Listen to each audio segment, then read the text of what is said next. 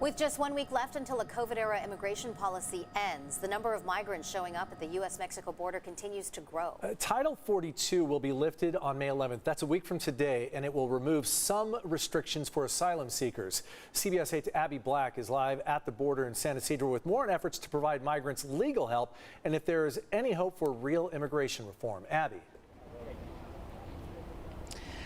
Carlo and Marcella, in just the last few minutes, Border Patrol agents have shown up. I'm going to step out of the way, and you can see just through this fence right here that agents have lined up these migrants who have already crossed. And you can see they're lined up through, there's a line of men and there's also a line of families. It's assumed that they will take them to a facility. And in just 1 week, immigration attorneys say that they plan to be here at the border providing free legal advice to migrants seeking asylum.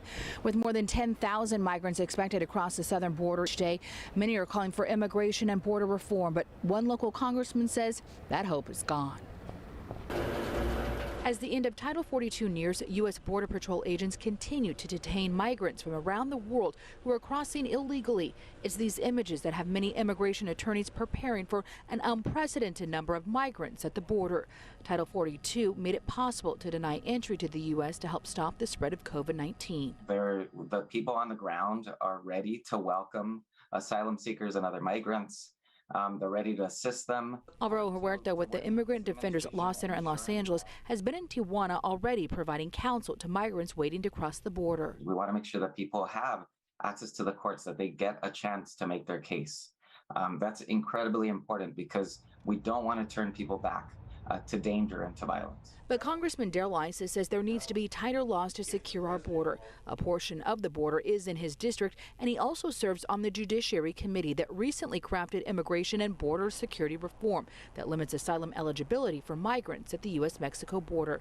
He believes it's dead on arrival. Look, I don't want to tell the people of America that it's hopeless. When the president thwarted the law, opened the borders, and had the rush coming in, he destroyed the opportunity. It has totally died. We also spoke with Democratic Congressman Mike Levin during a media event in the North County. He says he hasn't given up. And I'm going to continue to fight for common sense, bipartisan legislation that will hopefully address some of the challenges that we're facing in our system.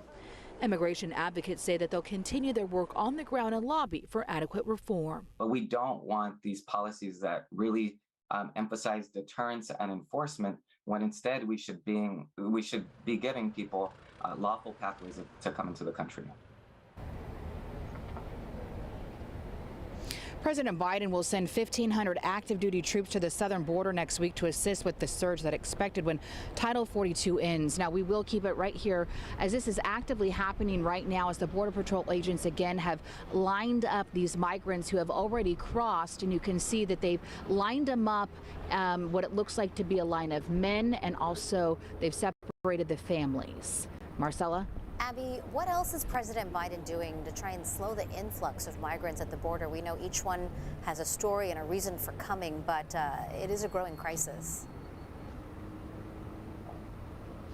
Marcella, it's what many are calling a transit ban, and it's not a popular idea among immigration advocates. It's similar to a Trump rule which deemed unlawful by the courts. But after Title 42 ends, migrants who pass through other countries and do not seek asylum before they get to the U.S.-Mexico border will be denied entry. He thinks that this is just another solution. But again, immigration advocates that we've been speaking to and the attorney that we talked to for our story tonight, they do not feel that this is the best in the best interest. They want to try to find more humanitarian ways to help these migrants that are trying to cross into the U.S.-Mexico border. Marcella? Still 1 more week for Title 42 to be in effect, and we're going to continue following this story, of course. Thanks so much, Abby, reporting live at the border.